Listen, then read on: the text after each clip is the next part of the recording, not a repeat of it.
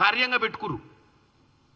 ఎందుకంటే ఒక 24 గంటలలో వీళ్ళు వచ్చి చెప్పే లోపు ప్రజలలోనైతే ఇది నాంతది కదా, నాటుకుంటుంది కదా, ప్రజలలో నెగిటివ్ ఒపీనియన్ క్రియేట్ చేస్తడమే లక్ష్యంగా ఇటు బామ్మడిది పొద్దున బావ మధ్యాహ్నం ఇక పోతే మన ఏమంటారు కవిత గారు సబ్జెక్టు. ఇప్పుడు కవిత గారికి కంపల్సరీ గుర్తింపు అవసరం ఏర్పడ్డది. ఈ ఇంట్లో వెనకబడిపోయింది ఇలా రేస్లా. మధ్యన టీఆర్ నుంచి వచ్చిన తర్వాత ఏదో ఒక అంశం పట్టుకోవాలంటే మరి అడ్వైజర్ కరెక్ట్ అంశం చెప్తుండో లేదో, ఏ అడ్వైజర్ చెప్తుండో ఏమో అనుకొని సంబంధం లేని సబ్జెక్టులలో ఏలు పెట్టి జ్యోతిరావు పూలే విగ్రహం పెట్టాలని మీరు ఏదో ధర్నా చేస్తున్నారు. మీ నాయన ముఖ్యమంత్రి 10 సంవత్సరాలు ఉన్నప్పుడు అప్పుడు ఆ జాగ కనపడలేదా? అసెంబ్లీలో పెట్టాలన్న ఆలోచన రాలేదా? ఇలా కాంగ్రెస్ పార్టీకి జ్యోతిరావు పూలే గారి పేరు పెట్టాలని చెప్పాల్సిన అవసరం లేదు. 9వ తారీఖు డిసెంబర్ 2023 ప్రమాణ స్వీకారం చేస్తున్నటువంటి రేవంత్ రెడ్డి గారు ఎల్బీ నగర్లో ప్రమాణం చేసిన నిమిషమే మీ నాయన కట్టిన ప్రగతి భవన్ల కంచె ఉడబికి దానికి జ్యోతిరావు పూలే ప్రగతి భవన్ని జ్యోతిరావు పూలే ప్రజాభవన్గా చేశారు. అంతకుముందు కేవలం రాజభవనం ప్రగతి భవనమే ఉండేది. ప్రగతి అని పేరు పెట్టిన అది రాజభవనమే ఉండే. మరి కవిత గారు మర్చిపోయినట్టు మరి చెప్పేటోళ్ళు చెప్పలేదేమో. ఇవాళ బీసీల మీద చిత్తశుద్ధి ఉంది కాంగ్రెస్ పార్టీకి. జ్యోతిరావు పూలే గారిని స్మరించుకుంది ప్రమాణ స్వీకారమైన కొన్ని నిమిషాలకే. ఇప్పుడు మీరు వచ్చి మళ్ళీ తెలంగాణ ప్రజలకు కాంగ్రెస్ పార్టీ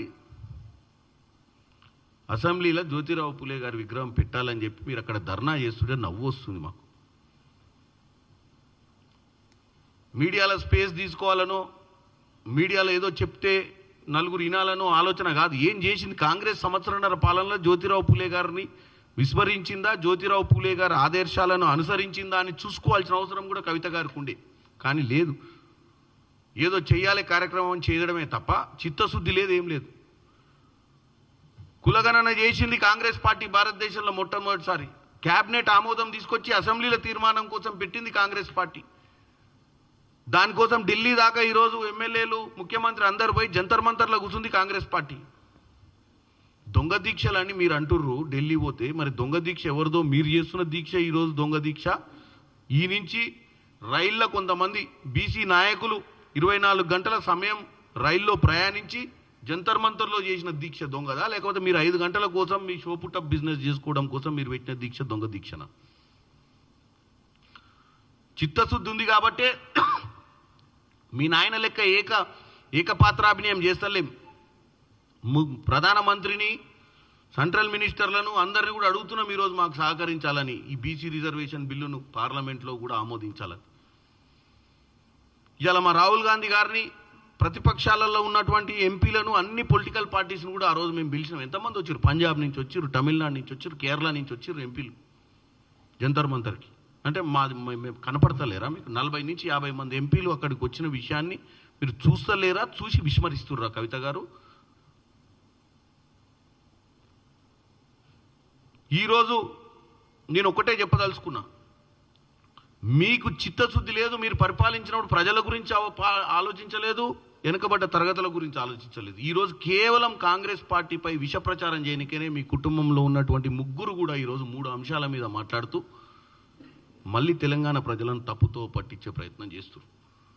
ఇక పోతే లాస్ట్కు బండి సంజయ్ గారు, ఆయన కూడా మాట్లాడుతూ, బండి సంజయ్ గారి గురించి ఎక్కువ చెప్పనవసరం లేదు. బండి సంజయ్ గారు తెలంగాణలో ల్యాండ్ కాగానే కార్పొరేటర్ అవుతాడు. సో ఆయన తెలంగాణకు రాగానే ఆయనలో పరకాయ ప్రవేశం చేశాడు కార్పొరేటర్. సెంట్రల్ మినిస్టర్ నుంచి బాడీలో కార్పొరేటర్ వస్తాడు, కార్పొరేటర్ మాటలు మాట్లాడతాడు. కార్పొరేటర్ అంటే కార్పొరేటర్కి పెద్ద అవగాహన ఉండదు. ఎందుకు చెప్తున్నాను వినండి. హెచ్సియు భూముల మీద, అంటే హెచ్సియు భూమి కాదు, అది గవర్నమెంట్ భూమి, 400 ఎకరాలు, గోపాన్పల్లిలో ఉన్నటువంటి 400 ఎకరాల భూమి. బండి సంజయ్ గారు మీరు ఒక్కటి చెప్పండి, ఈ 2003లో అమితాబ్ బచ్చన్ అడుగుతాడు కదా దాంట్లో క్వశ్చన్, కోన్ బనేగా కరోర్పతిలో. బండి సంజయ్ గారు మీకు ఒక ప్రశ్న వేస్తున్నాను. 2003లో ప్రధానమంత్రి ఎవరు? ఇందిరాగాంధీ, సోనియా గాంధీ, వాజ్పేయి, నెహ్రూ.